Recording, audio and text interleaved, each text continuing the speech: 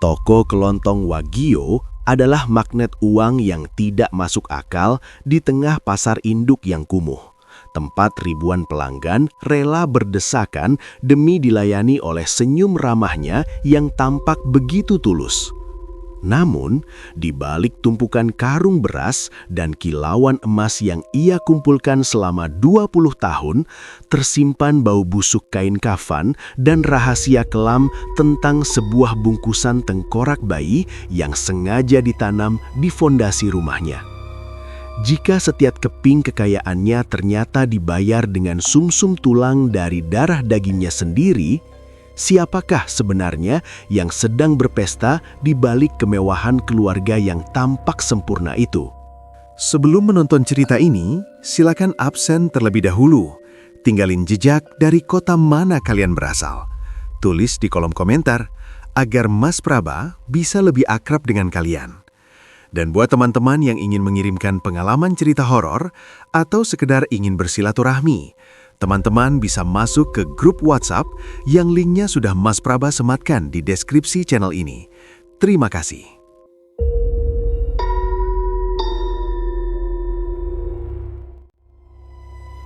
Pasar induk sedang berada di puncak hiruk-pikuknya ketika matahari mulai condong ke arah barat, menciptakan bayangan panjang yang tampak seperti jemari hitam yang merayap di sela-sela lapak.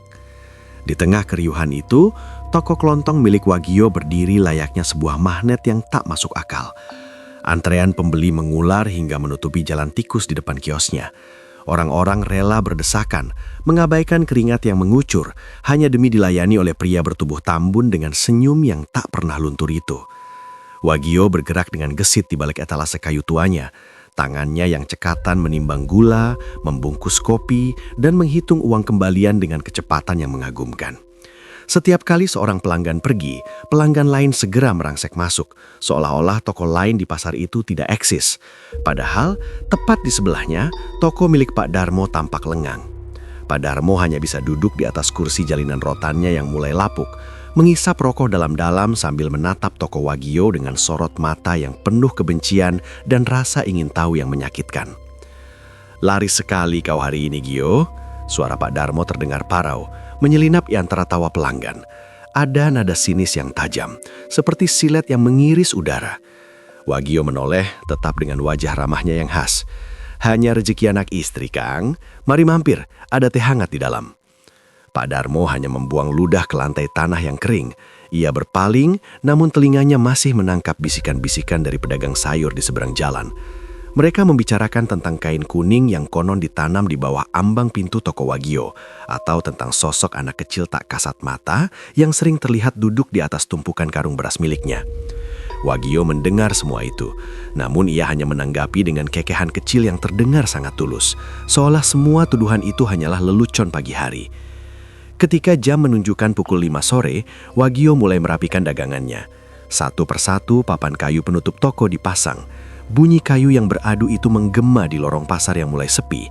Suara itu terasa beresonansi di dalam dada. Sebuah bunyi monoton yang entah mengapa membuat bulu kuduk orang yang mendengarnya meremang. Wagio mengunci gembok besinya dengan mantap, lalu melangkah pulang menuju rumah besarnya yang terletak di pinggiran desa. Sesampainya di rumah, suasana berubah menjadi hangat dan penuh cahaya. Rumah itu adalah bukti nyata dari kesuksesannya selama 2 dekade terakhir. Lantai marmer yang dingin, lampu gantung kristal yang berkilau, dan aroma masakan lezat menyambut kedatangannya. Ranti, istrinya, segera datang membawakan segelas air putih hangat. "Lelah, Pak?"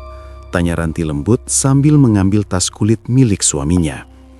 "Lelah itu hilang kalau sudah melihat wajahmu dan anak-anak, Ti," jawab Wagio sambil mengelus pundak istrinya. Di ruang tengah, Arif sedang asyik bermain mobil-mobilan di atas karpet bulu yang tebal.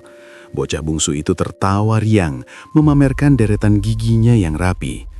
Sementara itu, Ardi dan Syifa sedang berkutat dengan buku pelajaran mereka di meja makan. Mereka adalah potret keluarga yang sempurna, sebuah keluarga yang seolah tidak tersentuh oleh penderitaan duniawi. Namun, jika seseorang memperhatikan lebih teliti, ada sesuatu yang ganjil. Wagio seringkali terdiam di tengah pembicaraan, matanya menatap kosong ke sudut ruangan, seolah sedang mendengarkan bisikan yang tidak bisa didengar oleh orang lain. "Ayah, kenapa melamun?" Suara Shiva memecah keheningan. Wagio tersentak, lalu tertawa kecil untuk menutupi kegugupannya. "Tidak apa-apa, Nak. Ayah hanya sedang menghitung sisa stok beras di gudang." Makan malam berlangsung dengan tenang, namun ada sebuah frekuensi rendah yang terus berdengung di telinga Wagio. Suara itu menyerupai kepakan sayap ribuan lalat yang terperangkap di dalam botol kaca. Wagio mencoba mengabaikannya, namun dadanya terasa sesak.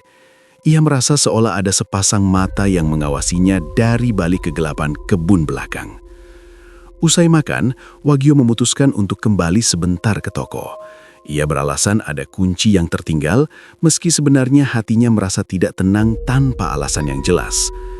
Langit sudah berubah menjadi ungu gelap, dan semburat merah di ufuk barat tampak seperti luka yang menganga. Angin malam berembus kencang, menggoyangkan dahan-dahan pohon bambu di sepanjang jalan, menciptakan suara gesekan yang terdengar seperti suara langkah kaki yang menyeret. Pasar sudah benar-benar sepi saat Wagio sampai. Hanya ada lampu minyak kejora yang berkedip-kedip ditiup angin. Saat ia berdiri di depan pintu tokonya, matanya menangkap sesuatu yang asing. Tepat di tengah-tengah ambang pintu, tergeletak sebuah bungkusan kecil. Bungkusan itu terbuat dari kain kafan hitam yang sudah dekil dan dipenuhi noda tanah. Wagio terpaku. Jantungnya berdegup kencang, menciptakan dentuman di telinganya. Ia berlutut perlahan, tangannya yang gemetar terulur untuk menyentuh benda itu. Saat jemarinya bersentuhan dengan kain hitam tersebut, sebuah hawa dingin yang menyengat seolah menyetrum seluruh sarafnya. "Siapa yang berani menaruh ini di sini?" bisiknya dengan suara yang bergetar. Ia membuka ikatan bungkusan itu dengan hati-hati. Ketika kain tersebut tersingkap, bau busuk yang amat sangat segera menyeruak, lebih tajam dari bau bangkai manapun yang pernah ia temui. Di dalamnya, terdapat sebuah tengkorak kecil. Ukurannya tidak lebih besar dari kepalan tangan orang dewasa. Itu adalah tengkorak bayi, lengkap dengan sisa-sisa rambut halus yang masih menempel di ubun-ubunnya. Tengkorak itu tampak mengkilap di bawah cahaya bulan yang remang, seolah-olah tulang itu masih hidup. Wagio merasakan ketakutan yang luar biasa, namun entah mengapa, ada dorongan gelap yang memaksanya untuk tidak membuang benda itu. Di dalam benaknya, ia merasa ini adalah kiriman santet dari musuh-musuhnya yang iri. Ia merasa harus membawanya pulang untuk dinetralkan atau dibuang dengan cara yang lebih tertutup agar tidak merusak reputasinya. "Akan aku buat mereka menyesal karena telah mengirim ini padaku," geram Wagio, meski suaranya terdengar tidak yakin. Wagio membungkus kembali tengkorak itu dan menyembunyikannya di balik jaketnya. Sepanjang jalan pulang, bungkusan itu terasa semakin berat dan panas di dadanya. Setiap kali ia melangkah, ia seolah mendengar suara bawah tawa bayi yang melengking tinggi, membelah keheningan malam. Suara itu bukan berasal dari hutan, melainkan seolah-olah keluar dari dalam jaket yang ia pakai. Saat ia memasuki halaman rumahnya, lampu-lampu di teras mendadak berkedip dengan cepat sebelum akhirnya padam total. Wagio berdiri di kegelapan, mendekap bungkusan kain hitam itu erat-erat. Ia tidak tahu bahwa dengan melangkahkan kaki melewati pintu rumahnya malam itu, ia tidak hanya membawa sebuah benda, melainkan telah secara resmi mengundang sebuah kutukan kuno untuk bersarang di fondasi hidupnya. Di bawah tanah, tepat di titik di mana bungkusan itu nantinya diletakkan, sesuatu mulai menggeliat. Sebuah energi gelap mulai merayap, mencari celah di antara sela-sela lantai marmer yang mewah, mengincar energi kehidupan paling murni yang ada di dalam rumah itu. Malam itu, untuk pertama kalinya setelah 20 tahun, Wagio merasakan bahwa kekayaan yang ia genggam erat mulai terasa seperti bara api yang siap menghanguskan apapun yang ia cintai. Langkah kaki Wagio terasa lebih berat dari biasanya saat ia menapaki lantai marmer rumahnya yang mewah. Di balik jaket kulit coklat yang ia kenakan, bungkusan kain kafan hitam itu terasa berdenyut, seolah-olah jantung kecil di dalamnya masih berdetak melawan kematian. Ia mencoba mengatur napas, menyeka keringat dingin yang membanjiri dahi meski udara malam itu sebenarnya cukup menusuk tulang. Ranti yang sedang merapikan taplak meja makan segera menoleh dengan tatapan penuh selidik. "Pak, Kenapa wajahmu pucat begitu? Seperti habis melihat hantu saja. Tanya Ranti sambil mendekat, mencoba meraih tas yang dibawa suaminya. Wagyo segera menghindar dengan gerakan yang sedikit kasar, membuat istrinya tertegun. Tidak apa-apa, Ti. Tadi di pasar ada orang iseng menaruh bungkusan di depan toko. Aku hanya khawatir ini kiriman orang iri yang ingin merusak dagangan kita. Aku harus mengurusnya sebentar di gudang bawah. Jangan ada yang masuk sana. Ranti hanya terdiam, melihat suaminya melangkah terburu-buru menuju pintu kecil di balik dapur. Di dalam kepalanya, ia bertanya-tanya mengapa suaminya tidak langsung membuang benda itu ke sungai atau membakarnya di tempat sampah luar. Namun kepatuhannya sebagai istri mengalahkan rasa penasarannya. Ia kembali melanjutkan pekerjaannya, meski sejak saat itu ia mulai merasakan aroma tanah basah yang sangat menyengat memenuhi ruang makan, padahal di luar tidak sedang turun hujan. Di dalam gudang bawah tanah yang merangkap sebagai ruang penyimpanan barang-barang antik, Wagyo meletakkan bungkusan itu di atas meja kayu jati. Jari-jarinya yang gemetar mulai membuka ikatan kain hitam tersebut. Tengkorak bayi itu kembali terlihat, putih pucat namun tampak memiliki kilatan aneh di rongga matanya yang kosong. Wagyo mengambil sebuah kotak kayu kecil yang dilapisi kain beludru merah, lalu perlahan meletakkan tulang-tulang itu ke dalamnya. Ini pasti ulah pedagang pasar itu. Mereka pikir aku selemah ini. Aku akan menanam ini di sudut fondasi rumah agar energinya tawar dan tidak bisa melukaiku. Gumam Wagyo dengan suara serak yang nyaris tidak terdengar. Ia tidak sadar bahwa tindakannya justru menjadi undangan resmi bagi entitas yang terikat pada tulang tersebut. Saat ia mulai menggali sedikit tanah di pojok ruangan yang belum disemen sempurna, sebuah kesunyian yang mencekam jatuh menyelimuti seluruh rumah. Suara jangkrik di luar mendadak bungkam, bahkan detak jam dinding di ruang tengah pun seolah berhenti berdetak, menciptakan kekosongan suara yang menekan gendang telinga. Sementara itu, di lantai atas, Ardi sedang mencoba memejamkan mata di kamarnya. Namun, tidurnya terganggu oleh perubahan suhu yang ekstrim. Ia menarik selimut tebalnya hingga ke leher, tapi hawa dingin itu seolah menembus kain dan langsung merasuk ke sumsum tulangnya. Ia bisa melihat uap tipis keluar dari mulutnya setiap kali ia mengembuskan napas. Kamar itu mendadak terasa seperti sebuah lemari pendingin mayat. "Shiva, kamu mematikan pemanas ruangan?" teriak Ardi, berharap adiknya mendengar dari kamar sebelah. Tidak ada jawaban. Ardi bangkit dari tempat tidur, kakinya yang telanjang menyentuh lantai dan ia segera tersentak. Lantai itu terasa sangat licin, seperti ada lapisan lendir tipis yang menutupi permukaannya. Ia berjalan perlahan menuju kamar Arif, si bungsu yang baru berusia 7 tahun. Saat ia melewati koridor, ia mendengar suara yang sangat samar. Suara itu berasal dari dalam tembok, sebuah rintihan halus yang menyerupai tangisan bayi yang sedang kehausan. Ardi mendekatkan telinganya ke dinding beton. Tangisan itu berhenti seketika, digantikan oleh suara garukan kuku yang tajam pada bagian dalam tembok. Ardi mundur beberapa langkah dengan wajah yang memucat. Ia segera membuka pintu kamar Arif dan menemukan adiknya itu sedang duduk di tengah tempat tidur dengan wajah yang sangat pucat. "Kak, kakiku tidak mau bergerak," bisik Arif dengan mata yang berkaca-kaca. Ardi mendekat dan mencoba mengangkat kaki adiknya.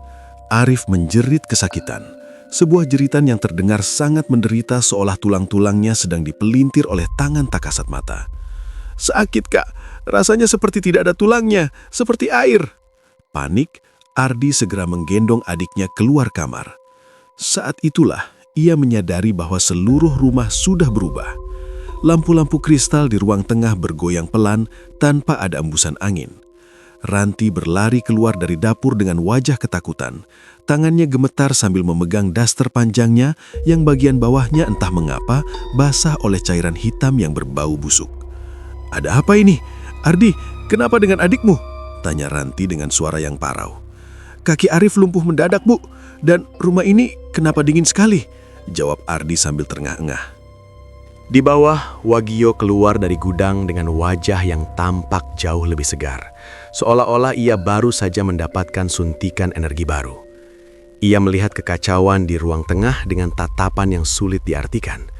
Ada kilatan kepuasan di matanya yang segera ia sembunyikan dengan ekspresi panik yang dibuat-buat. Tenang semuanya, ini pasti hanya serangan dari luar. Ayah sudah mengurusnya, ujar Wagio dengan nada tegas. Namun tepat setelah ia mengucapkan kalimat itu, sebuah suara tawa kecil yang melengking terdengar dari arah fondasi rumah, tepat di bawah kaki mereka. Lantai marmer yang tadinya kokoh tampak bergetar hebat. Arif yang berada dalam dekapan Ardi mulai merontah. Tubuhnya mendadak lemas total seperti kain yang dibasahi. Ardi bisa merasakan betapa tulang belakang adiknya seolah melunak di bawah tangannya, kehilangan kepadatan yang seharusnya dimiliki oleh manusia hidup. "Ayah, apa yang sebenarnya ayah bawa pulang?" tanya Syifa yang muncul dari arah tangga dengan tubuh yang menggigil hebat. Wagio tidak menjawab, ia hanya menatap lantai dengan tatapan kosong. Ia tidak menduga bahwa balung muda itu akan bereaksi secepat ini. Di dalam benaknya, ia mengira telah menaklukkan santet itu, padahal ia baru saja menyerahkan kunci rumahnya pada iblis yang kelaparan. Malam itu, tidak ada satupun dari mereka yang bisa memejamkan mata. Suhu terus menurun hingga titik yang paling menyakitkan, dan suara tangisan dari balik tembok semakin lama semakin jelas, berubah menjadi paduan suara duka yang menyesakkan dada. Mereka terjebak di dalam istana mewah yang kini berubah menjadi penjara es. Sementara di balik kegelapan fondasi, entitas balung muda mulai merayap naik, mengincar sumsum tulang siapapun yang memiliki darah Wagio mengalir di nadinya. Arif terus mengeluh bahwa ia merasa ada sesuatu yang menyedot kekuatannya dari bawah lantai. Setiap kali ia mencoba berdiri, ia jatuh layaknya onggokan daging tanpa penyangga. Kesuksesan yang selama ini dibanggakan Wagio kini mulai terasa seperti sebuah utang yang bunganya harus dibayar dengan nyawa keturunannya sendiri, dan malam itu hanyalah awal dari penagihan yang sangat mengerikan. Matahari pagi yang seharusnya membawa kehangatan justru terasa hambar saat menyentuh jendela kaca besar di lantai 2 rumah Wagio. Cahayanya yang pucat menyinari kamar Arif, si bungsu yang biasanya paling semangat menyambut hari. Namun, pagi itu suasana sunyi yang mencekam menyelimuti ruangan. Hanya terdengar suara nafas pendek yang berat dan penuh perjuangan. Ardi yang baru saja terbangun segera berlari menuju kamar adiknya ketika mendengar suara debuman keras dari arah sana. Saat pintu terbuka, pemandangan di depannya membuat jantung Ardi seolah berhenti berdetak. Arif tergeletak di lantai, tepat di samping tempat tidurnya yang berantakan. Namun, posisinya tidak wajar. Kaki bocah itu meliuk ke arah yang salah, sementara lengannya tampak terkulai lemas seperti pakaian basah yang dilemparkan begitu saja. Tidak ada suara tangisan, hanya rintihan halus yang keluar dari bibir Arif yang membiru. "Arif, kamu kenapa, Dek?" Ardi berlutut, mencoba mengangkat tubuh adiknya. Namun saat tangan Ardi menyentuh punggung Arif, ia tersentak mundur. Sensasi yang ia rasakan bukan seperti menyentuh tubuh manusia yang memiliki kerangka kokoh. Rasanya kenyal, lembek, dan kehilangan kepadatan. Seolah-olah tulang belulang di dalam tubuh bocah itu telah menguap begitu saja, menyisakan daging dan kulit yang tidak mampu lagi menopang berat badannya sendiri. "Sakit, Kak. Kakiku rasanya hilang," bisik Arif. Suaranya terdengar sangat jauh, seolah-olah jiwanya sedang ditarik ke dalam sumur yang sangat dalam. Keributan itu segera memancing kedatangan Ranti dan Wagio.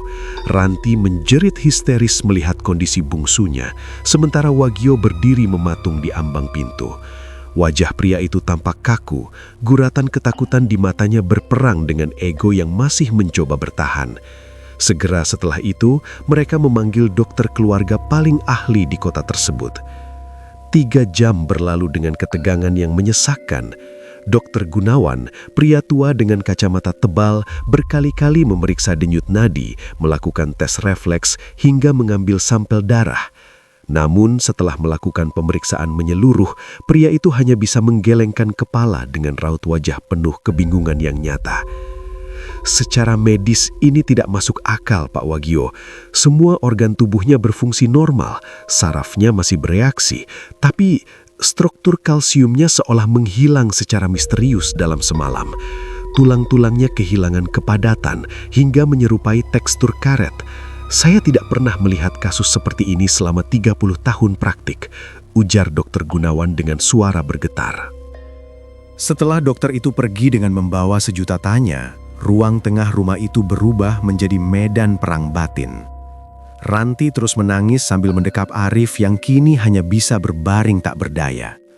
Sementara itu, Syifa yang sejak tadi hanya diam di pojok kamar mulai menunjukkan gelagat yang aneh. Matanya terus menatap ke arah plafon kamar Arif yang dihiasi ukiran kayu jati mewah. "Dia ada di sana, Kak," bisik Syifa tiba-tiba. Suaranya datar, tanpa emosi. Ardi menoleh ke arah adiknya. "Siapa yang kamu maksud, Syif?" Syifa menunjuk ke arah sudut langit-langit yang gelap. Bayangan kecil itu, dia merangkak seperti cicak, tapi bentuknya seperti bayi tanpa kulit. Dia sedang menatap Arif. Dia sedang menghisap sesuatu dari kaki Arif. Ardi mencoba melihat ke arah yang ditunjuk adiknya, namun ia tidak menemukan apapun selain bayangan kayu yang tertimpa cahaya lampu. Meski begitu, bulu kuduknya berdiri tegak. Hawa dingin yang ia rasakan semalam kini kembali hadir, lebih tajam dan lebih menusuk. Ia bisa merasakan ada kehadiran yang sangat jahat di ruangan itu, sesuatu yang tidak berasal dari dunia manusia. Wagio yang mendengar ucapan Syifa langsung bereaksi keras. Ia memukul meja makan dengan kepalan tangannya hingga gelas kaca di atasnya bergetar hebat. "Cukup, jangan bicara yang aneh-aneh. Ini semua ulah manusia, bukan setan. Ini santet kiriman dari para pedagang di pasar itu." Wagio berjalan mondar-mandir dengan nafas memburu. Mereka iri dengan kesuksesanku. Kang Darmo, Pak RT, atau mungkin janda di ujung blok itu. Mereka ingin menghancurkan keluargaku karena tidak sanggup menyaingi tokoku yang selalu laris. Mereka menggunakan dukun untuk menyakiti Arif. Ardi menatap ayahnya dengan sorot mata yang mulai dipenuhi kemarahan yang sama. Kalau memang mereka pelakunya, kenapa kita tidak balik menyerang ya? Kenapa kita membiarkan Arif menderita seperti ini? Kita akan membalasnya, Ardi. Ayah sudah menyiapkan sesuatu. Jangan biarkan mereka menang, ujar Wagio dengan nada penuh kebencian. Kemarahan Ardi mulai tersulut. Ia membayangkan wajah-wajah pedagang pasar yang sering menatap sinis ke arah ayahnya. Ia mulai percaya bahwa penderitaan Arif adalah hasil dari kekejaman manusia-manusia yang haus akan kegagalan orang lain. Namun di tengah amarah itu, Syifa kembali berbisik, kali ini lebih dekat ke telinga Ardi. "Bukan mereka, Kak. Bayangan itu, dia keluar dari bawah lantai rumah kita sendiri. Dia tidak datang dari luar. Dia adalah tamu yang ayah bawa pulang semalam." Ardi terpaku. Ia teringat bungkusan kain hitam yang dibawa ayahnya. Ia ingin bertanya lebih jauh, namun Wagio segera memotong dengan perintah tegas agar mereka semua masuk ke kamar masing-masing. Wagio bersikeras bahwa ia akan menjaga Arif secara pribadi malam itu. Malam kembali turun, menyelimuti rumah mewah itu dengan kegelapan yang terasa lebih pekat dari biasanya. Ardi tidak bisa tidur. Ia duduk di balik pintu kamarnya, mendengarkan setiap suara yang muncul. Di tengah kesunyian, ia mulai mendengar suara yang sangat aneh dari arah kamar Arif. Bukan suara tangisan, melainkan suara gesekan benda keras yang bertemu dengan daging yang lembek, seolah-olah ada sesuatu yang sedang mengikis sumsum dari dalam tulang. Ardi memberanikan diri mengintip dari celah pintu. Di lorong yang gelap, ia melihat ayahnya berdiri di depan pintu Arif. Wagio tidak sedang menjaga, ia hanya berdiri diam, menatap pintu itu dengan ekspresi yang sangat kosong. Cahaya bulan yang masuk dari jendela besar di ujung lorong memperlihatkan bahwa bayangan Wagio di lantai tampak berbeda. Bayangan itu tidak memiliki kepala yang tegak, melainkan tampak membungkuk seolah sedang memanggul beban yang sangat berat di pundaknya. Di dalam kamar, Arif mencoba berteriak, namun suaranya hanya berupa desisan yang lemah. Ia merasa tubuhnya semakin melipat. Kakinya kini sudah menyentuh pundaknya sendiri tanpa rasa sakit yang tajam, hanya rasa hampa yang mengerikan. Setiap inci kalsium di tubuhnya seolah dihisap oleh entitas tak kasat mata yang merangkak di langit-langit. Kecurigaan mulai tumbuh di hati Ardi.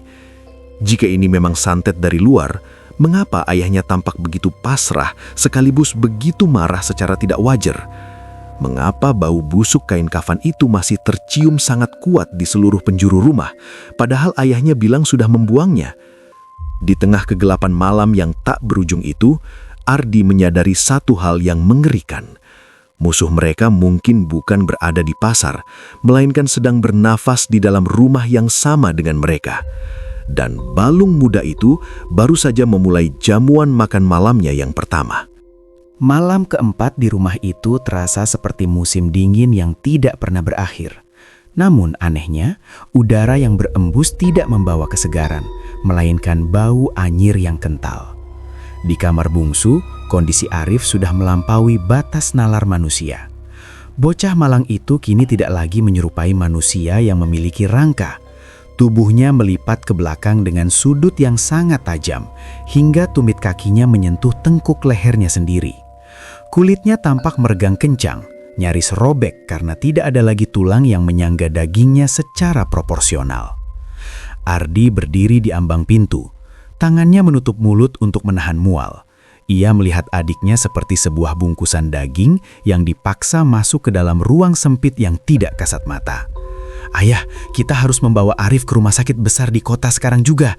Ini sudah tidak beres. Ini bukan sekedar tulang lunak," seru Ardi dengan suara yang pecah oleh ketakutan. Wagio yang duduk di sudut kamar hanya menatap kosong ke arah lantai. Rambutnya tampak berantakan dan matanya merah karena kurang tidur. "Tidak akan ada dokter yang bisa menyembuhkannya, Ardi. Ini serangan gaib. Kalau kita membawanya keluar rumah, kekuatannya akan hilang dan Arif bisa mati di jalan. Kita harus tetap di sini, di dalam perlindungan rumah ini," jawab Wagio dengan nada datar yang mengerikan. Belum sempat Ardi membalas ucapan ayahnya, sebuah jeritan melengking terdengar dari kamar utama. Itu suara Ranti. Ardi dan Syifa segera berlari menuju sumber suara, meninggalkan Wagio yang masih bergeming dalam kegelapannya sendiri. Saat mereka mendobrak pintu kamar, pemandangan di dalam jauh lebih mengerikan dari apapun yang pernah mereka bayangkan. Ranti terkapar di atas ranjang king size yang biasanya tertata rapi. Kini spray putih mahal itu berubah warna menjadi merah pekat yang mengilap. Darah merembes keluar dari bawah daster yang dikenakan Ranti. Namun yang lebih gila lagi, darah itu juga tampak merembas keluar dari pori-pori kulit lengannya. Ranti mencengkeram perutnya dengan kuku yang menancap dalam ke dagingnya sendiri. "Ada yang hidup di dalam sini. Ardi, Syifa, tolong ibu. Rasanya seperti ada sesuatu yang menggigit rahim ibu dari dalam," teriak Ranti sambil merontah-rontah. Perutnya yang datar tiba-tiba menonjol ke sana kemari, memperlihatkan gerakan sesuatu yang merayap di bawah kulit perutnya, seolah-olah ada sekumpulan ulat raksasa yang sedang berpesta di dalam sana. Bau busuk yang amat sangat segera memenuhi ruangan itu. Baunya bukan seperti darah biasa, melainkan seperti bangkai binatang yang sudah membusuk berhari-hari di bawah terik matahari. Syifa yang memiliki penciuman sensitif langsung jatuh terduduk dan muntah di lantai marmer. Di tengah kekacauan itu, Ranti tiba-tiba memuntahkan gumpalan darah hitam yang pekat dari mulutnya. Dan di dalam gumpalan itu, Ardi melihat sesuatu yang putih kecil berceceran. Potongan-potongan kecil tulang yang sudah hancur. "Ibu memuntahkan tulang?" bisik Syifa dengan suara bergetar hebat. Wagio masuk ke kamar dengan langkah pelan.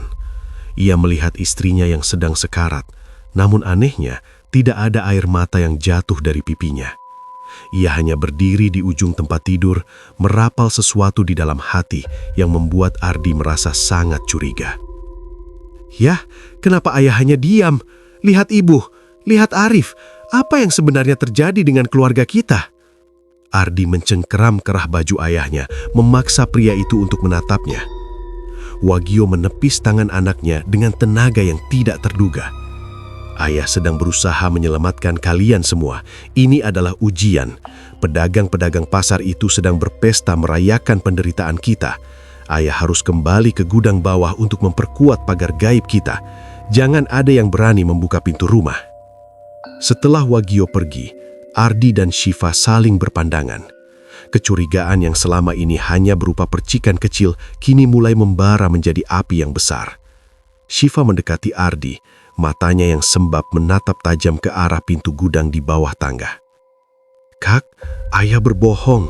Aku tadi melihat bayangan bayi itu lagi saat ibu menjerit. Bayangan itu merangkak keluar dari sela-sela baju ayah dan masuk ke bawah ranjang ibu. Ayah tidak sedang melindungi kita, Kak. Ayah sedang memberi mereka makan. Bisik Syifa dengan nada yang sangat yakin. Ardi merasa jantungnya seperti diremas. Apa maksudmu, Syif? Ayah sangat mencintai kita. Dia bekerja keras di pasar selama 20 tahun ini hanya untuk kita. 20 tahun, ulang Syifa dengan getir. Ingat kata ibu dulu, kita punya kakak tertua yang meninggal dalam kandungan tepat 20 tahun yang lalu. Ibu bilang itu keguguran biasa, tapi kenapa sekarang aku merasa ada hubungannya dengan bungkusan tengkorak bayi yang ayah bawa pulang? Malam itu, Ardi memutuskan untuk tidak lagi mendengarkan perintah ayahnya. Ia menunggu hingga Wagio tertidur atau masuk ke dalam ritualnya di gudang. Di tengah malam yang sunyi, ketika suara rintihan Ranti dan Arif mulai melemah karena kehabisan tenaga, Ardi dan Syifa menyelinap menuju ruang kerja ayahnya. Mereka mencari sesuatu, apapun yang bisa menjelaskan mengapa kesuksesan keluarga mereka harus dibayar dengan penderitaan yang begitu biadab. Di dalam laci meja kerja yang terkunci rapat, Ardi berhasil membobolnya dengan obeng. Di sana, di antara tumpukan sertifikat tanah dan emas batangan, terselip sebuah buku catatan tua bersampul kulit hitam yang sudah mengelupas. Buku itu bukan milik ayah mereka, melainkan warisan dari kakek mereka yang dahulu dikenal sebagai orang pintar di desa seberang. Saat Ardi membuka halaman pertama, sebuah bau kemenyan yang tajam menusuk hidungnya. Di sana tertulis dengan tinta merah darah yang sudah mengering. Perjanjian balung muda, meminjam nyawa untuk menukar harta. Ardi membaca setiap baris dengan tangan yang semakin gemetar. Di sana dijelaskan bahwa siapapun yang melakukan perjanjian ini akan mendapatkan kekayaan luar biasa selama 2 dekade. Namun setelah masa itu berakhir, sang peminjam harus mengembalikan tulang-tulang muda dari garis keturunannya sendiri sebagai bunga dari pinjaman tersebut. Jika tidak diberikan secara sukarela, sang entitas akan mengambilnya secara paksa, dimulai dari yang paling muda, lalu ke ibu yang melahirkan, hingga akhirnya menghabiskan seluruh nasab. Jadi, Arif bukan sakit karena santet pasar. Suara Ardi tercekat di tenggorokan. Arif sedang ditagih, dan ibu sedang dikuras energinya untuk menghidupkan kembali balung muda itu. Syifa yang berdiri di belakang Ardi tiba-tiba membeku. Ia melihat ke arah cermin besar di ruang kerja itu. Di dalam pantulan cermin, ia melihat sosok Wagio berdiri di belakang mereka dengan wajah yang gelap total. Hanya matanya yang bersinar kuning seperti mata kucing di tengah malam. Kalian tidak seharusnya membaca itu. Suara Wagio terdengar sangat berat, beresonansi dengan getaran yang membuat kaca-kaca di ruangan itu retak secara perlahan. Ardi berbalik dengan cepat, mendekap buku itu di dadanya. Ayah, apa yang sudah ayah lakukan pada kami? Wagio tidak menjawab. Ia hanya tersenyum tipis, sebuah senyum yang tidak lagi mengandung keramahan seorang ayah, melainkan senyum seorang pedagang yang baru saja menyelesaikan transaksi paling menguntungkan dalam hidupnya. Di luar, bulan purnama mulai naik ke titik tertinggi, dan suara tangisan bayi yang tadinya halus, kini berubah menjadi tawa kemenangan yang menggema dari seluruh penjuru rumah, seolah-olah fondasi rumah itu sendiri kini telah bernyawa dan siap menelan mereka bulat-bulat. Malam itu, kegelapan di dalam rumah Wagio seolah memiliki massa, terasa berat dan lengket menyentuh kulit. Di kamar lantai atas, kesunyian yang mencekam mendadak pecah oleh suara derak tulang yang patah secara paksa. Ardi dan Syifa berlari masuk, namun mereka terlambat. Di atas tempat tidur, Arif sudah tidak lagi menyerupai seorang bocah laki-laki. Tubuhnya telah melipat sempurna, punggungnya patah hingga kepalanya bertemu dengan tumit, membentuk sebuah gumpalan daging dan pakaian yang menyerupai koper kulit yang dipaksa tutup. Arif telah pergi. Mata bocah itu terbuka lebar, menatap kosong ke arah plafon, meninggalkan ekspresi ketakutan yang akan menghantui Ardi seumur hidupnya. Tidak ada darah yang mengalir keluar, seolah semua cairan kehidupan telah dihisap kering oleh entitas yang bersembunyi di balik tembok. Ranti, yang terbaring lemah di kamar sebelah, hanya bisa mengeluarkan rintihan panjang yang terdengar seperti suara hewan yang sedang sekarat. kehancuran keluarga itu telah mencapai titik nadir yang paling gelap. Namun, teror belum berakhir. Dari arah ruang tengah, terdengar suara teriakan histeris yang sangat memilukan. Itu adalah suara Wagio. Ardi meninggalkan jasad adiknya dengan hati yang hancur, melangkah menuruni tangga kayu yang berderit setiap kali dipijak. Di bawah lampu kristal yang berayun pelan, ia menemukan ayahnya sedang berguling-guling di lantai marmer. Wagio tidak lagi tampak seperti saudagar kaya yang disegani. Pakaiannya robek-robek dan wajahnya dipenuhi luka cakaran kuku sendiri. Ia mencengkram lengan dan lututnya dengan beringas, menggaruk persendiannya hingga kulitnya terkelupas dan memperlihatkan daging merah yang basah. "Keluar! Keluar kalian semua!" teriak Wagio dengan suara serak, matanya melotot seolah hendak keluar dari rongganya. "Ayah, hentikan! Apa yang ayah lakukan?" Ardi mencoba memegang tangan ayahnya, namun Wagio justru meronta semakin hebat. "Kau tidak lihat, Ardi?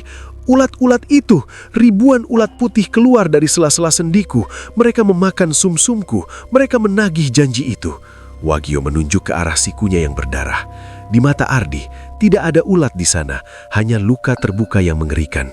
Namun bagi Wagio, ribuan larva imajiner itu sedang berpesta pora di dalam tubuhnya, menggantikan rasa sakit dengan kegilaan yang absolut. Wagio mulai tertawa melengking, sebuah tawa yang terdengar sangat asing dan jahat. Ia merangkak menuju sudut ruangan, terus menggaruk kakinya hingga kuku-kukunya patah dan terlepas. Shiva hanya bisa berdiri mematung di tangga.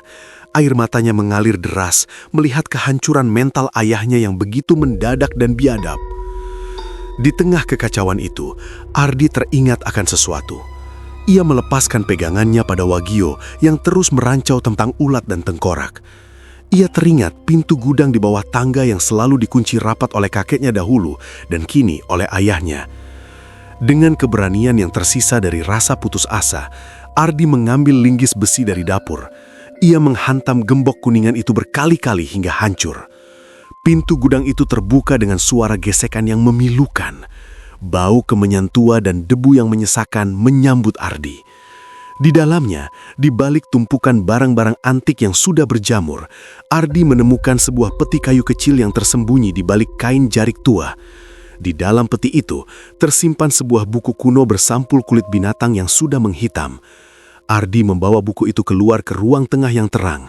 Dengan tangan gemetar, ia membuka lembaran demi lembaran yang terbuat dari kertas merang.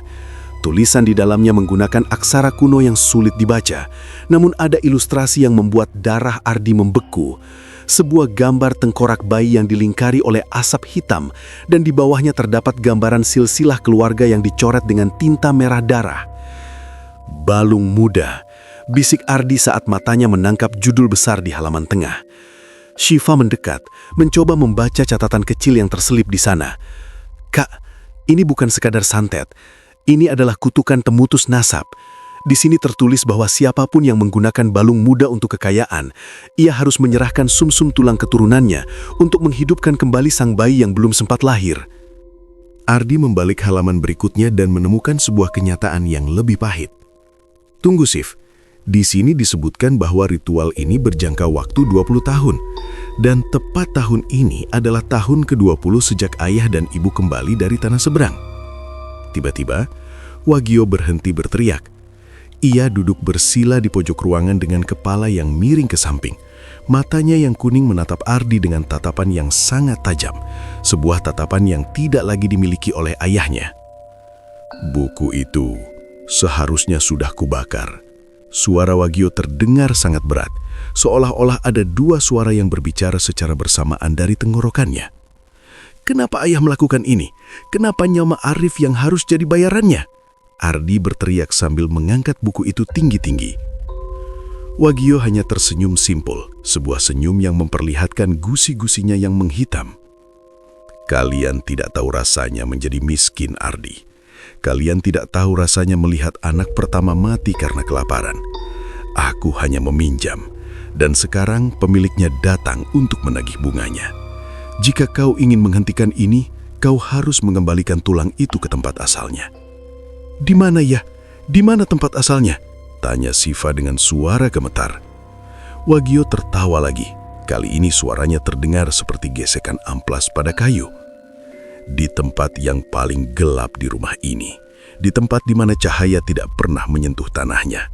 Tapi ingat, setiap langkah yang kau ambil menuju sana, balung muda akan meminta bagian dari tubuhmu sebagai tanda pengenal. Wagio kembali menggaruk pundaknya dengan beringas hingga darah segar menciprat ke lantai marmer yang putih bersih. Ardi menyadari bahwa waktu mereka sangat terbatas. Ranti di kamar atas mulai memuntahkan cairan hitam yang berbau busuk dan suhu di dalam rumah turun drastis hingga nafas mereka menjadi uap putih yang menggantung di udara. Ardi menatap buku kuno itu sekali lagi. Di halaman terakhir, ia melihat sebuah peringatan yang ditulis dengan tangan yang tergesa-gesa. Jangan pernah melakukan ritual penukaran jika kau tidak siap kehilangan segalanya. Karena iblis tidak pernah memberi kembalian atas nyawa yang sudah ia ambil. Kita harus melakukan sesuatu, Sif. Kita tidak bisa membiarkan ibu menyusul Arif, tegas Ardi sambil menggenggam buku itu erat-erat. Mereka berdua tidak menyadari bahwa di atas plafon ruang tengah, sesosok makhluk kecil tanpa kulit dengan tulang-tulang yang menonjol tajam sedang merangkak perlahan, mengikuti gerakan mereka dengan mata merah yang haus akan sumsum tulang yang segar. Kehancuran keluarga Wagio baru saja memasuki babak yang paling mematikan, di mana batas antara kewarasan dan kegilaan telah lenyap ditelan oleh bayang-bayang balung muda. Angin malam berembus kencang, menyelinap di antara celah ventilasi rumah mewah yang kini terasa seperti peti mati raksasa. Ardi menatap ngeri ke arah ayahnya yang masih meringkuk di pojok ruangan, terus-menerus meracau tentang ulat-ulat tak kasat mata yang menggerogoti dagingnya.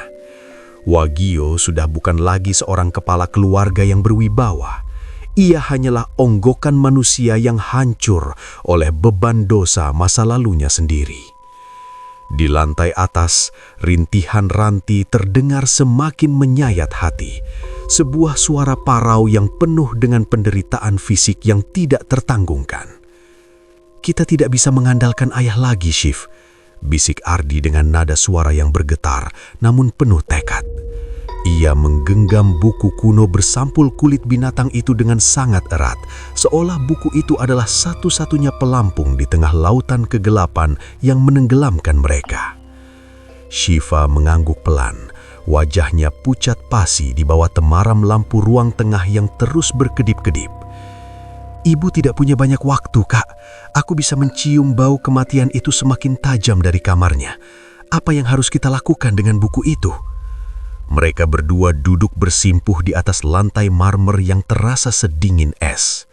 Ardi membuka halaman tengah buku kakek mereka, membalik lembaran kertas merang yang sudah rapuh dengan sangat hati-hati.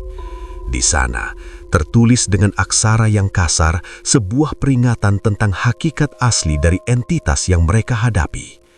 Balung muda bukan sekadar jin penglaris biasa, ia adalah kutukan pemutus nasab, sebuah janji darah yang dirancang untuk menghisap habis garis keturunan hingga akar terakhirnya. Lihat ini, Ardi menunjuk sebuah paragraf yang diberi garis bawah dengan tinta hitam pekat. Satu-satunya cara untuk menghentikan penagihan ini adalah dengan mengembalikan tulang itu kepada pemilik aslinya sebelum bulan purnama mencapai puncaknya di ufuk barat. Jika terlambat, rumah ini akan menjadi kuburan massal bagi seluruh penghuninya. Pemilik aslinya? Tanya Shiva dengan suara tertahan. Maksudmu kita harus memberikan tengkorak itu kembali kepada bayi yang dikorbankan? Ardi menggeleng pelan. Matanya menyisir baris demi baris instruksi ritual. Bukan hanya itu, kita harus menaruhnya kembali di dalam rahim bumi, tepat di titik di mana perjanjian itu pertama kali diikat secara fisik. Di rumah ini, itu berarti di bawah fondasi utama, di tempat ayah menyembunyikan bungkusan hitam itu tempo hari. Tiba-tiba, suara rintihan dari kamar atas berubah menjadi jeritan panjang yang memilukan. Suara itu diikuti oleh bunyi dentuman keras, seolah-olah ada sesuatu yang sedang menghantam dinding dari dalam perut Ranti. Ardi dan Shiva saling berpandangan, menyadari bahwa waktu mereka sedang dihitung mundur oleh detak jantung ibu mereka yang semakin melemah. "Ambil cangkul di gudang belakang, Shiv. Aku akan membawa linggis dan buku ini," perintah Ardi. Mereka melangkah menuju titik paling gelap di rumah itu, yakni sudut gudang bawah tanah yang tanahnya masih belum disemen sempurna. Suasana di sana sangat menyesakan. Bau kemenyan bercampur dengan aroma anyir darah yang entah dari mana asalnya memenuhi udara. Ardi mulai menghantamkan linggisnya ke permukaan tanah yang keras, sementara Shiva bersiap dengan cangkul di sampingnya. Suara hantaman besi ke tanah bergema di seluruh ruangan, menciptakan ritme yang mengerikan. Setiap kali linggis itu menusuk bumi, Ardi merasakan getaran aneh yang menjalar hingga ke bahunya, seolah-olah ia sedang melukai makhluk hidup yang sedang bernafas di bawah sana. Keringat dingin mengucur deras di punggungnya, membasahi kaos yang ia kenakan. "Cepat, Kak! Aku mendengar langkah kaki di atas plafon!" Shiva berbisik dengan nada panik.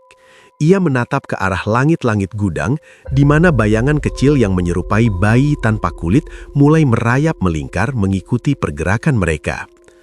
Ardi tidak memedulikan rasa takutnya. Ia terus menggali dengan membabi buta. Tanah yang ia angkat terasa sangat panas, jauh lebih panas dari suhu ruangan yang membeku. Setelah penggalian mencapai kedalaman sekitar setengah meter, linggisnya menghantam sesuatu yang keras namun mengeluarkan suara yang tumpul. "Kita menemukannya," bisik Ardi. Ia menggunakan tangannya untuk menyibak sisa-sisa tanah yang menutupi sebuah kotak kayu kecil yang sudah mulai membusuk. Di dalam kotak itu, bungkusan kain hitam yang dibawa Wagio masih tergeletak di sana. Namun, kain itu kini tampak basah dan berdenyut perlahan, seolah-olah ada organ dalam yang sedang tumbuh di sekeliling tulang tengkorak bayi tersebut. Ardi merasakan mual yang luar biasa, namun ia harus tetap fokus pada instruksi di dalam buku kuno. "Shiva, nyalakan lilin kuning ini dan bacakan mantra di halaman 41. Aku akan memegang tengkorak ini," perintah Ardi. Tangannya gemetar hebat saat ia meraih bungkusan hitam itu. Shiva mulai merapal kata-kata dalam bahasa Jawa kuno yang terdengar sangat berat dan asing di lidahnya. Saat mantra itu diucapkan, suasana rumah berubah menjadi sangat kacau. Dari lantai atas, terdengar suara barang-barang pecah belah yang berterbangan dan hancur berantakan. Rintihan ranti berubah menjadi suara tawa melengking yang bersahutan dengan tangisan bayi yang memekakan telinga. "Jangan berhenti, Shiv! Terus baca!" teriak Ardi, meski telinganya mulai mengeluarkan darah akibat tekanan suara gaib yang menyerang mereka. Tiba-tiba, tanah di sekeliling lubang yang mereka gali mulai bergetar. Sesosok entitas kecil yang sangat pucat dengan mata merah menyala muncul dari kegelapan sudut gudang. Makhluk itu tidak berjalan, melainkan merangkak dengan gerakan yang patah-patah, mengeluarkan suara geraman yang mirip dengan gesekan batu tajam. Itu adalah manifestasi dari balung muda yang merasa makan malamnya sedang diganggu. "Dia datang, Kak! Dia mendekat!" Shiva menjerit, namun ia tetap berusaha melanjutkan bacaannya meski air mata ketakutan membanjiri pipinya. Ardi berdiri di depan lubang, melindungi adiknya dengan tubuhnya sendiri. Ia mengangkat tengkorak itu tinggi-tinggi ke arah makhluk tersebut. "Ini milikmu, ambil kembali dan lepaskan keluarga kami." Makhluk itu berhenti merangkak. Kepalanya miring ke samping dengan sudut yang mustahil. Ia menatap tengkorak di tangan Ardi dengan lapar. Ketegangan memuncak saat bulan di luar sana mulai tertutup awan hitam, menandakan bahwa puncak purnama hampir berakhir. Jika mereka gagal menuntaskan ritual pembersihan ini dalam hitungan menit, seluruh fondasi rumah akan runtuh dan menelan mereka ke dalam rahim bumi untuk selamanya. Di tengah kekacauan itu, suara Wagio terdengar dari balik pintu gudang yang terbuka sedikit. Ia tertawa dengan nada yang sangat menyedihkan, sebuah tawa dari orang yang sudah benar-benar kehilangan kewarasannya. "Kalian tidak bisa mengembalikannya begitu saja. Dia butuh ganti, dia butuh darah yang baru." Ardi mengabaikan ocehan ayahnya dan memfokuskan seluruh energinya pada bungkusan di tangannya. Ia merasakan sebuah tarikan yang sangat kuat, seolah-olah tengkorak itu ingin menyatu kembali dengan tanah. Dengan satu sentakan keras, Ardi meletakkan kembali bungkusan itu ke dasar lubang yang paling dalam, tepat saat Shiva menyelesaikan baris terakhir dari mantranya. Sekejap, keheningan yang mematikan jatuh menyelimuti rumah itu. Suara teriakan, tawa, dan tangisan bayi hilang seketika, menyisakan suara embusan angin malam yang menusuk. Namun, Ardi tahu bahwa ini belum berakhir, Kegelapan di dalam rumah itu tidak menghilang. Ia hanya sedang menahan nafas, bersiap untuk sebuah pengkhianatan yang lebih besar yang akan segera terungkap. Lumpur hitam yang pekat dan berbau anyir mulai memenuhi kuku-kuku jari Ardi saat ia merogoh lebih dalam ke lubang di sudut gudang bawah tanah itu. Setiap gumpalan tanah yang ia lemparkan ke samping terasa seperti menyeret beban ribuan ton penderitaan. Shiva berdiri di sampingnya, memegang lilin kuning yang apinya menari-nari liar meski tidak ada hembusan angin di ruangan tertutup tersebut. Cahaya temaram itu memantul di dinding gudang, menciptakan bayangan-bayangan panjang yang tampak seperti jemari kurus yang siap mencengkeram leher mereka. Tiba-tiba, ujung linggis Ardi menghantam sesuatu yang tidak mengeluarkan suara denting besi, melainkan suara robekan kain yang basah. Ardi berhenti sejenak, nafasnya memburu. Ia memasukkan tangannya ke dalam lubang dan menarik sebuah benda yang terbungkus tanah liat. Setelah dibersihkan dengan gemetar, jantung Ardi seolah melompat keluar dari rongganya. Di tangannya bukan hanya ada bungkusan tengkorak bayi yang mereka cari, tetapi juga sehelai baju bayi mungil berwarna putih yang sudah menguning dan usang. "Kak, itu kan baju yang ada di foto lama kita," bisik Shiva dengan suara yang hampir hilang. "Itu baju milik kakak tertua kita yang kata ibu meninggal saat lahir." Ardi tertegun. Ia mengenali sulaman bunga kecil di bagian kerahnya. Mengapa baju itu terkubur bersama tengkorak misterius ini? Belum sempat ia mencerna kenyataan pahit tersebut, suhu di dalam gudang merosot tajam hingga ke titik beku. Di sudut ruangan yang paling gelap, kegelapan itu sendiri mulai memadat. Bayangan-bayangan di dinding mulai lepas dan menyatu di tengah ruangan, membentuk sosok kecil yang mengerikan. Entitas balung muda itu menampakkan diri sepenuhnya. Tingginya hanya setinggi lutut orang dewasa, namun auranya begitu pekat hingga memenuhi paru-paru. Kulitnya transparan, memperlihatkan jaringan otot merah yang berdenyut tanpa kulit pembungkus. Matanya besar dan menonjol, berwarna merah darah yang menyala di kegelapan. Makhluk itu tidak memiliki hidung, hanya 2 lubang kecil yang terus-menerus mengeluarkan uap hitam berbau busuk. "Jangan melihat matanya, Shiva! Cepat buka buku itu!" teriak Ardi sambil memeluk bungkusan tengkorak tersebut erat-erat ke dadanya. Shiva dengan tangan yang gemetar hebat membuka halaman yang ditandai dengan bercak darah kering. Di sana tertulis sebuah judul besar, "Tukar Nyawa." Tanpa berpikir panjang, karena rasa takut yang sudah melumpuhkan logika, Shiva mulai merapal baris demi baris mantra yang tertulis di sana. Setiap kata yang keluar dari bibirnya terdengar berat, seolah-olah lidahnya dipaksa memikul beban besi panas. Segala yang hidup kembali ke tanah, segala yang pinjam kembali ke tuan. Nyawa dibayar nyawa, tulang ditukar tulang. Suara Shiva menggema di ruangan sempit itu. Saat mantra itu diucapkan, entitas balung muda mulai bereaksi. Ia mengeluarkan suara melengking yang tidak menyerupai tangisan manusia, melainkan suara gesekan kikir pada besi yang berkarat. Makhluk itu melompat ke arah plafon, merangkak dengan kecepatan yang tidak masuk akal, lalu menjatuhkan diri tepat di depan Ardi. Ia menyerang mental mereka dengan memproyeksikan bayangan-bayangan kematian. Ardi melihat dirinya sendiri sedang membusuk di dalam liang lahat. Sementara Shiva melihat ibunya sedang dicabik-cabik oleh ribuan tangan kecil dari dalam tanah. "Terus baca, Shiva, jangan berhenti!"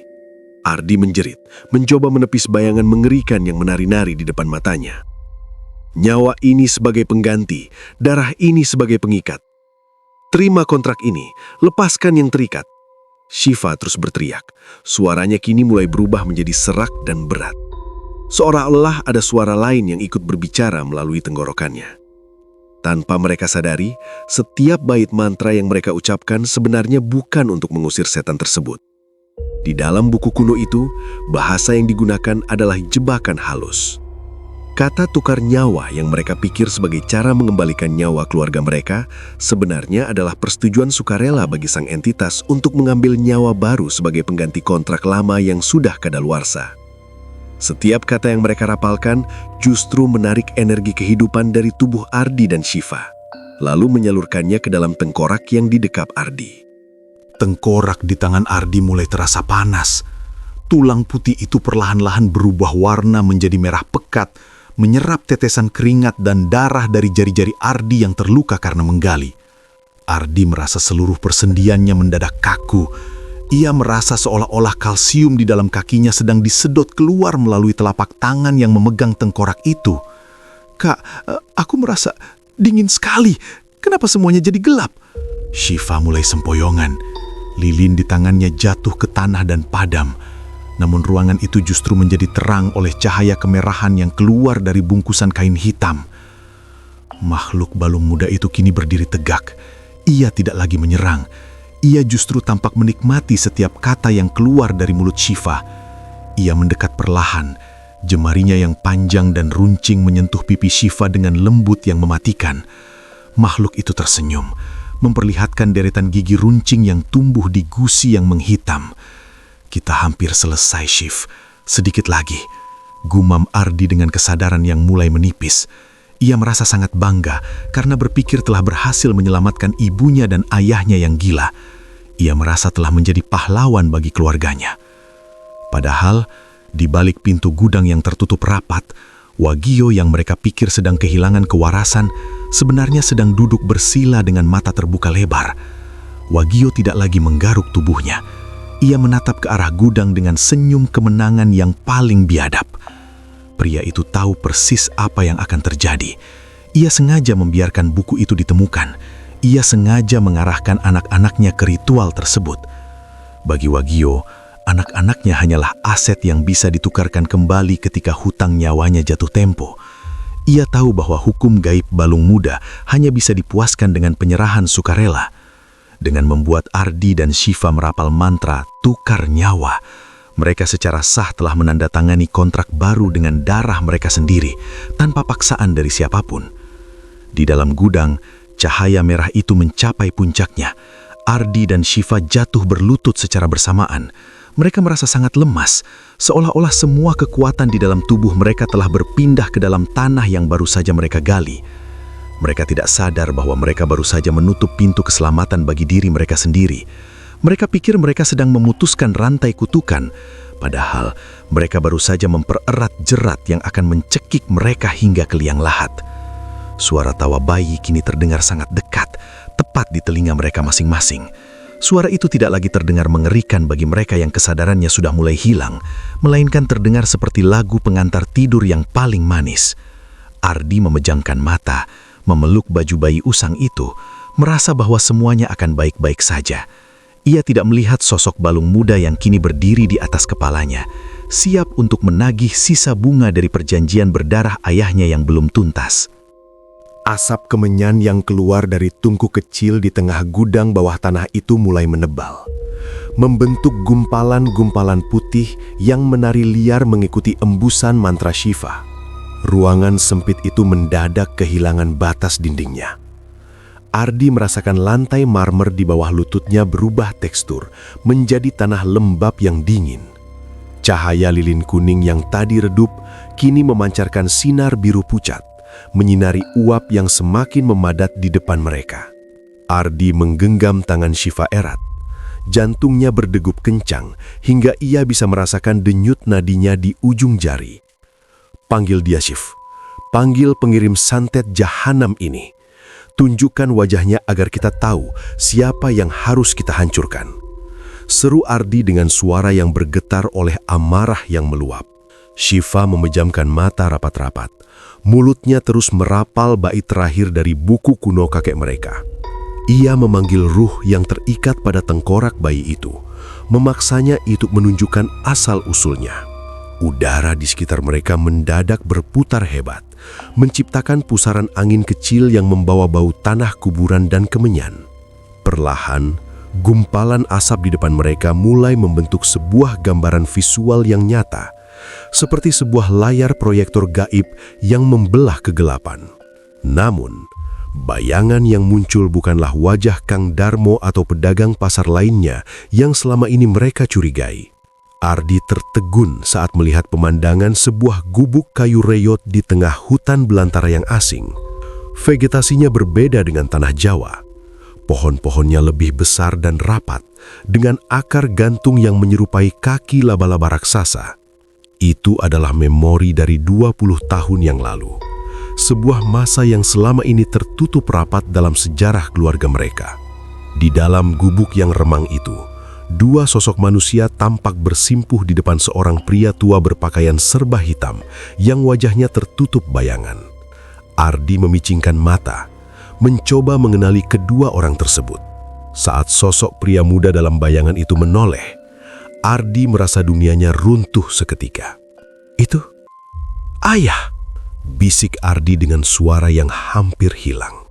Pria muda itu memang Wagio 20 tahun yang lalu. Tubuhnya kurus kering, pakaiannya penuh tambalan, dan wajahnya menampakkan keputusasaan yang sangat dalam. Di sampingnya, Ranti muda tampak menangis terseduh-seduh sambil mendekap perutnya yang membuncit namun tampak tidak wajar. Mereka terlihat seperti orang yang sudah tidak memiliki harapan lagi untuk hidup esok hari. "Mbah, tolong kami. Kami sudah tidak punya apa-apa lagi. Anak sulung kami mati kelaparan dan sekarang bayi di rahim istri saya juga terancam nyawanya karena kami tidak punya uang untuk makan." Suara Wagio muda terdengar parau dan penuh kehinaan dalam memori tersebut. Pria tua di depan mereka mengeluarkan sebuah bungkusan kain hitam dari balik jubahnya. Bungkusan yang sama persis dengan yang ditemukan Wagio di depan toko tempo hari. "Kau ingin kekayaan yang tidak akan habis 7 turunan, Wagio? Aku bisa memberikannya. Tapi kau tahu hukum alam, tidak ada yang gratis di bawah kolong langit ini. Aku akan meminjamkan balung muda ini padamu. Dia akan menjaga tokomu. Dia akan menarik pelanggan dari seluruh penjuru angin." Wagio muda menatap bungkusan itu dengan mata yang berkilat serakah bercampur takut. "Apa syaratnya, Mbah?" 20 tahun, jawab pria tua itu dengan suara yang berat seperti gesekan batu. "Setelah 20 tahun, balung muda ini akan kembali untuk menagih sisa bunga dari pinjamanmu. Dia akan meminta seluruh sumsum tulang dari garis keturunanmu sebagai ganti atas kemewahan yang kau nikmati.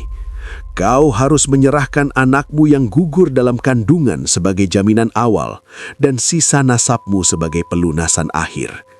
Ardi dan Shiva menyaksikan dengan kengerian yang luar biasa bagaimana Wagio muda bersujud dan mencium kaki pria tua itu. Mereka melihat Ranti muda hanya diam membisu, membiarkan suaminya menandatangani perjanjian darah di atas selembar daun lontar. Kesepakatan gelap itu telah disetujui. Wagio menukar nyawa anak pertamanya yang belum lahir demi tumpukan emas dan kejayaan bisnis di pasar. Bayangan dalam asap itu perlahan memudar, kembali menjadi kegelapan gudang bawah tanah yang sunyi. Ardi jatuh terduduk, tangannya lemas melepaskan genggaman Shiva. Kebenaran itu menghantamnya lebih keras daripada serangan fisik manapun. Bungkusan tengkorak yang ditemukan di depan toko bukanlah kiriman santet dari saingan bisnis. Itu adalah pengingat bahwa kontrak 20 tahun telah jatuh tempo. Itu adalah tagihan yang datang tepat waktu untuk menjemput apa yang sudah dijanjikan. Jadi selama ini kita hidup di atas darah kakak kita sendiri. Shiva terisak, suaranya terdengar sangat hancur. Semua kemewahan ini, sekolah kita, baju-baju kita, semuanya berasal dari nyawa yang dikorbankan ayah. Ardi tidak bisa menjawab. Pikirannya melayang pada Arif yang mati dengan tubuh melipat dan ibu yang kini sedang sekarat dengan rahim yang membusuk. Mereka bukan korban kejahatan orang lain. Mereka adalah tumbal dari ambisi gila ayah mereka sendiri. Segala kemarahan Ardi pada para pedagang pasar kini berubah menjadi rasa jijik yang luar biasa pada sosok pria yang selama ini ia panggil ayah. Tiba-tiba, suara tawa kecil terdengar dari arah tangga gudang. Wagio berdiri di sana, menatap mereka dengan tatapan yang sudah tidak lagi menunjukkan kegilaan. Ia tampak sangat sadar, seolah-olah beban berat yang selama ini menghimpit pundaknya telah berpindah tempat. "Sekarang kalian sudah tahu," ujar Wagio dengan nada suara yang sangat tenang. ketenangan yang justru lebih menakutkan daripada kemarahannya. Kenapa kalian terlihat begitu terkejut? Bukankah kalian juga menikmati uang itu? Bukankah kalian senang hidup enak tanpa perlu bersusah payah? Kau iblis ya, kau membiarkan Arif mati, teriak Ardi sambil berdiri, mencoba menerjang ayahnya. Wagio dengan mudah menghindar, gerakan tubuhnya kini tampak sangat gesit, jauh lebih lincah dari usianya. Aku tidak membiarkannya mati, Ardi. Aku hanya menyelesaikan kontrak. Dan kalian berdua, kalian baru saja melakukan bagian kalian dengan sangat baik. Ritual tukar nyawa yang kalian lakukan tadi, itu adalah tanda tangan terakhir untuk menyerahkan sisa nasab keluarga ini kepadanya. Ardi teringat mantra yang dibaca Shiva. Nyawa ini sebagai pengganti, darah ini sebagai pengikat. Ia baru menyadari bahwa buku kuno itu sengaja diletakkan di sana agar mereka menemukannya. Wagio membutuhkan persetujuan sukarela dari keturunannya untuk menutup kontrak tersebut, agar ia sendiri bisa selamat. Kalian adalah anak-anak yang berbakti. Lanjut Wagio sambil tersenyum lebar, memperlihatkan gigi-giginya yang tampak lebih runcing di bawah cahaya biru yang tersisa. Terima kasih sudah menyelamatkan nyawa ayah. Balung muda sekarang sudah puas karena mendapatkan sumsum yang jauh lebih segar dari kalian. Di kegelapan sudut gudang, entitas kecil tanpa kulit itu muncul kembali. Kali ini, ia tidak lagi menggeram. Ia berdiri di samping Wagio, menatap mereka dengan tatapan yang lapar yang sangat nyata. Ardi menyadari bahwa mereka telah terjebak dalam jaring laba-laba yang ditenun oleh ayah mereka sendiri sejak 20 tahun yang lalu. Tidak ada jalan keluar. Pintu gudang di atas mereka tertutup dengan dentuman keras, mengunci mereka di dalam rahim bumi bersama penagih janji yang siap untuk menghisap habis sisa kehidupan mereka hingga ke tulang terakhir. Cahaya biru pucat dari lilin kuning di sudut gudang bawah tanah itu tiba-tiba meredup, menyisakan kegelapan yang terasa menghimpit paru-paru. Ardi merasakan sekujur tubuhnya mendadak kaku, seolah-olah setiap sendi di lengannya disatukan oleh semen cair yang mengeras dengan cepat. Di sampingnya, Shiva tertunduk lemas dengan napas yang tersengal-sengal. Buku kuno di tangan Ardi terasa semakin panas, membakar kulit telapak tangannya, namun ia tidak mampu melepaskannya. Sebuah kesadaran yang sangat mengerikan menghantam benaknya seperti godam-godam raksasa. Mereka baru saja melakukan kesalahan yang tidak termaafkan. Kak, tubuhku rasanya kosong, bisik Shiva dengan suara yang sangat parau. Ardi menatap adiknya dengan ngeri. Di bawah temaram cahaya yang tersisa, ia melihat kulit wajah Shiva mulai tampak transparan, memperlihatkan aliran urat nadi yang berdenyut tidak beraturan. Rasa dingin yang luar biasa merayap naik dari telapak kaki mereka, seolah-olah tanah di bawah sana sedang menghisap sumsum dari dalam tulang mereka secara perlahan namun pasti. Mantra tukar nyawa yang baru saja mereka selesaikan bukanlah jembatan keselamatan, melainkan sebuah segel kematian yang baru saja mereka tanda tangani secara sukarela. Tiba-tiba, suara tawa yang sangat jernih dan tenang terdengar dari arah tangga kayu gudang. Sosok yang tadinya mereka pikir sudah kehilangan kewarasan, kini berdiri tegak di sana. Wagio tidak lagi merangkak, tidak lagi menggaruk persendiannya hingga berdarah, dan tidak lagi meracau tentang ulat-ulat imajiner. Pria itu menyapu debu di bahu kemejanya dengan gerakan yang sangat rapi, menatap kedua anaknya dengan sorot mata sedingin es di kutub utara. Akting yang melelahkan, bukan? Ujar Wagio sambil menuruni anak tangga satu persatu. Langkah kakinya terdengar mantap, tanpa ada sedikit pun tanda kelemahan. Ardi terbelalak, mencoba bangkit namun lututnya justru tertekuk lemas. Ayah berpura-pura. Selama ini ayah tidak gila. Wagio tertawa kecil, sebuah tawa yang meremehkan. Jika aku tidak berpura-pura hancur, apakah kalian akan memiliki keberanian untuk menyentuh buku itu? Jika aku tidak menunjukkan ketakutan, apakah kalian akan dengan sukarela membacakan mantra penyerahan itu? Kalian adalah anak-anak yang cerdas, tapi kalian terlalu emosional. itulah kelemahan kalian yang paling besar. Siva terisak di lantai, menatap ayahnya dengan pandangan tidak percaya. Tapi Arif meninggal dengan cara yang sangat mengerikan. Bagaimana ayah bisa setega itu? Wagio berhenti tepat di depan anak-anaknya. Ia berjongkok, mensejajarkan wajahnya dengan Ardi. Arif adalah pembuka pintu. Dia adalah uang muka yang harus dibayarkan untuk menenangkan balung muda yang mulai lapar setelah 20 tahun menunggu. Tapi kalian adalah bunga dari perjanjian itu. Kekayaan yang kalian nikmati selama ini, sekolah mahal kalian, rumah megah ini, semuanya membutuhkan biaya perawatan yang tidak murah dalam dunia gaib.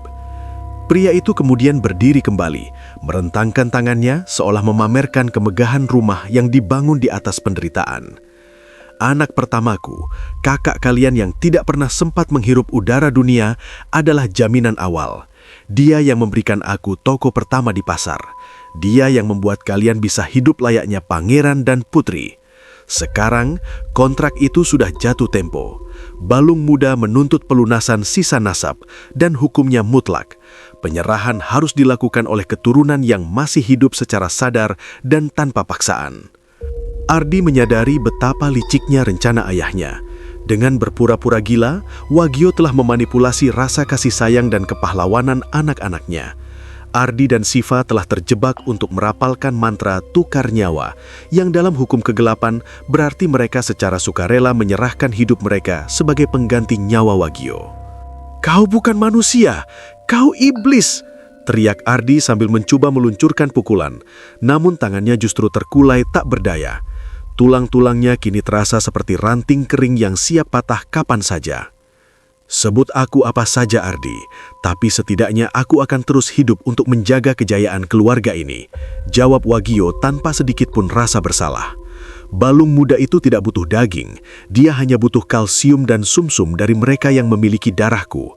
Dengan ritual yang kalian lakukan tadi, kalian telah membuka pintu gerbang bagi dia untuk menguras habis setiap inci kekuatan dari tubuh kalian. Di kegelapan sudut gudang, entitas kecil tanpa kulit itu muncul kembali. Kali ini, sosok itu tampak lebih besar dan lebih kuat. Ia merangkak mendekati Siva, lidahnya yang hitam menjulur keluar, mencium aroma kehidupan yang mulai memudar dari tubuh gadis itu. Siva hanya bisa menangis tanpa suara. Tubuhnya mulai melipat perlahan seperti yang dialami Arif sebelumnya. Wagio melangkah mundur menuju pintu keluar gudang. "Jangan salahkan aku. Salahkan keserakahan manusia yang tidak pernah puas. Aku hanya ingin kita semua tetap kaya, namun ternyata iblis itu lebih pintar dalam berhitung.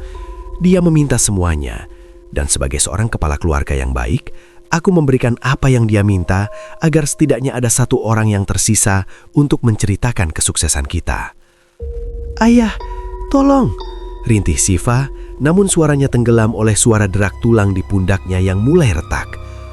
"Selamat tinggal anak-anakku. Terima kasih atas pengorbanan kalian. Nama kalian akan selalu aku ingat di setiap keping emas yang aku kumpulkan mulai besok," ujar Wagio dingin. Ia menutup pintu besi gudang itu dengan dentuman yang sangat keras, mengunci Ardi dan Siva di dalam kegelapan abadi bersama sang penagih janji. Ardi bisa mendengar suara gembok yang dikunci dari luar. Di dalam ruangan sempit itu, hanya ada suara napas mereka yang semakin pendek dan suara tawa bayi yang melengking tinggi mengisi setiap sudut gudang yang kini resmi menjadi liang lahat bagi sisa keturunan Wagio. Ardi mencoba meraih tangan Siva di kegelapan, namun ia tidak lagi merasakan jari-jari adiknya. Yang ia rasakan hanyalah gumpalan daging lemas yang tidak lagi memiliki struktur. Air mata darah mulai mengalir dari mata Ardi saat ia menyadari bahwa seluruh hidup mereka hanyalah investasi yang sengaja diternak oleh ayahnya untuk disembelih pada waktunya. Kesuksesan luar biasa Wagio di pasar ternyata adalah sebuah piramida kematian, dan mereka berdua berdiri di puncak yang baru saja runtuh menimbun diri mereka sendiri. Malam itu, bulan purnama mencapai titik tertingginya, bersinar terang di atas rumah mewah yang tampak tenang dari luar. Namun di bawah fondasinya, sebuah kontrak berdarah baru saja lunas terbayar, menyisakan seorang pria paruh baya yang kini duduk di ruang tengah dengan segelas kopi mahal, menanti matahari terbit untuk kembali membuka tokonya di pasar. seolah-olah tidak pernah terjadi tragedi apapun di dalam rumahnya yang kini menjadi sangat sunyi. Malam terakhir di rumah mewah itu ditutup oleh sunyi yang sangat tajam, seolah-olah udara pun takut untuk bergetar. Di dalam gudang bawah tanah yang pengap, Ardi merasakan kesadarannya mulai memudar layaknya lilin yang kehabisan sumbu. Ia mencoba menggerakkan jemarinya untuk menyentuh tangan Shiva, namun yang ia rasakan hanyalah kehampaan. Adiknya tidak lagi bersuara. Tubuh Shiva telah melipat sempurna, mengikuti jejak menyedihkan yang dialami Arif. Tulang-tulangnya telah berubah menjadi bubur di bawah kulit yang mendingin, diserap habis oleh tanah yang haus akan tumbal nasab. Ardi menatap pintu besi yang terkunci rapat dari luar. Di balik sana, ia mendengar langkah kaki ayahnya yang berjalan menjauh dengan irama yang mantap. Tidak ada lagi suara seretan kaki, tidak ada lagi erangan kesakitan. Wagio telah mendapatkan kembali kekuatannya. Setiap inci kesehatan yang kini dirasakan pria tua itu adalah hasil rampasan dari sumsum tulang anak-anaknya sendiri. Kontrak berdarah yang dimulai 20 tahun yang lalu telah mencapai titik pelunasan mutlak. "Ayah," bisik Ardi, namun suaranya hanya berupa desisan lemah yang tertelan kegelapan. Rasa dingin yang menyengat kini merayap naik ke leher Ardi. Ia merasakan tulang belakangnya berderak pelan sebelum akhirnya melunak dan kehilangan daya tumpunya. Entitas balung muda itu berdiri tepat di atas dadanya, menatapnya dengan mata merah yang berpendar puas. Makhluk itu tidak lagi tampak mengancam, ia tampak seperti penagih utang yang baru saja menerima pembayaran terakhir. Dengan satu sentakan halus yang tidak menyakitkan namun mematikan, Ardi merasakan seluruh kalsium di tubuhnya mengalir keluar melalui pori-pori kulitnya, menyatu dengan fondasi rumah. Di lantai atas, Ranti menghembuskan nafas terakhirnya dalam kesunyian yang mencekam. Darah hitam yang memenuhi rahimnya mendadak kering, menyisakan tubuh yang kurus kering layaknya mumi yang sudah terkubur berabad-abad. Ibu yang malang itu pergi tanpa pernah tahu bahwa suaminya sendiri yang telah menukar nyawa anak-anaknya demi tumpukan keping emas di pasar. Pagi harinya, matahari terbit dengan cahaya yang sangat terang, seolah-olah tidak ada tragedi berdarah yang baru saja terjadi di bawah atap rumah itu. Wagio berdiri di depan cermin besar di kamarnya, merapikan kerah kemeja batiknya yang mahal.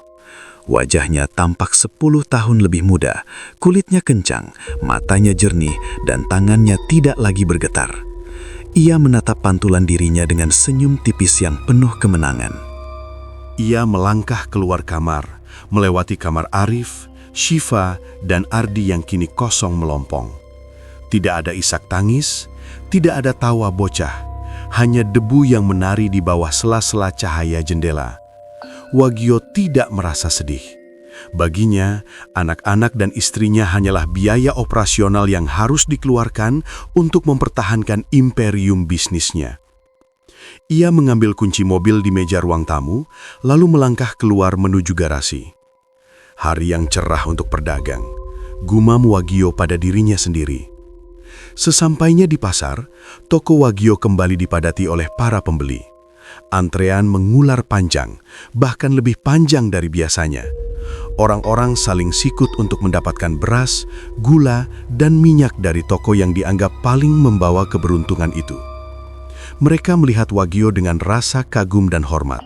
Seorang duda kaya yang baru saja kehilangan seluruh keluarganya karena penyakit misterius namun tetap tegar menjalankan usahanya.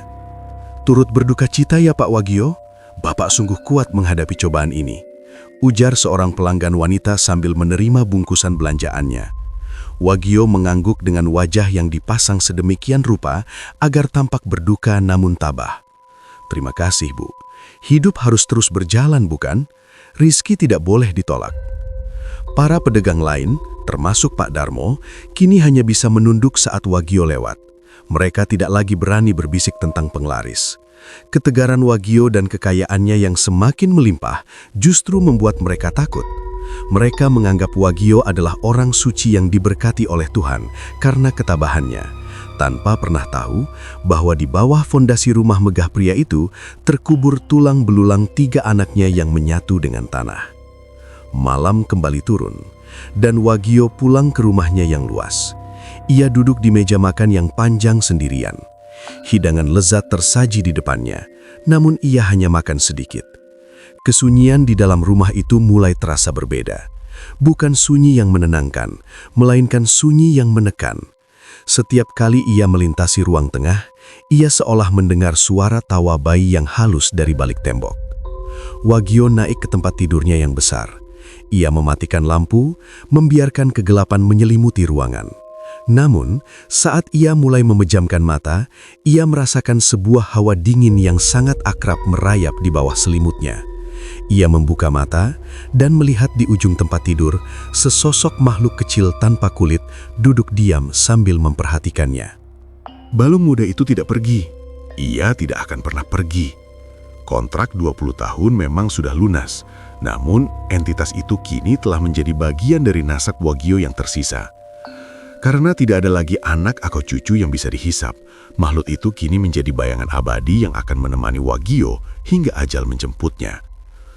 Wagio menyadari bahwa ia memang kaya raya, ia memang sehat, namun ia ditakdirkan untuk hidup dalam kesendirian yang dikelilingi oleh hantu-hantu dari darah dagingnya sendiri. Ia mencoba berteriak, namun suaranya seolah tersangkut di tenggorokan. Di dalam kegelapan itu, ia melihat bayangan Ardi, Shiva, dan Arif berdiri di pojok kamar dengan tubuh yang melipat tidak wajar. Mereka tidak menyerang, mereka hanya berdiri diam, menatap ayah mereka dengan mata yang kosong. Wagio memejamkan mata rapat-rapat, mencoba memeluk tumpukan uang yang ia simpan di bawah bantalnya. Namun, uang itu tidak bisa memberinya kehangatan. Ia telah memutus garis keturunannya sendiri, meratakan nasabnya dengan tanah demi sebuah kejayaan yang fana. Di pasar, ia adalah raja, namun di dalam rumahnya, ia hanyalah seorang pesakitan yang menunggu giliran untuk diambil oleh tanah. Cerita tentang kesuksesan Wagio tetap melegenda di pasar itu selama bertahun-tahun. Orang-orang masih berebut belanja di tokonya, menganggap bahwa setiap butir beras yang mereka beli membawa keberuntungan. Mereka tidak pernah tahu bahwa setiap rupiah yang mereka bayarkan pada Wagio adalah bagian dari bunga perjanjian yang tidak akan pernah benar-benar selesai. Wagio tetap kaya, tetap disegani. Namun, ia adalah manusia paling mati di antara mereka yang hidup, terjebak selamanya dalam istana mewah yang dibangun dari reruntuhan tulang anak-anaknya sendiri.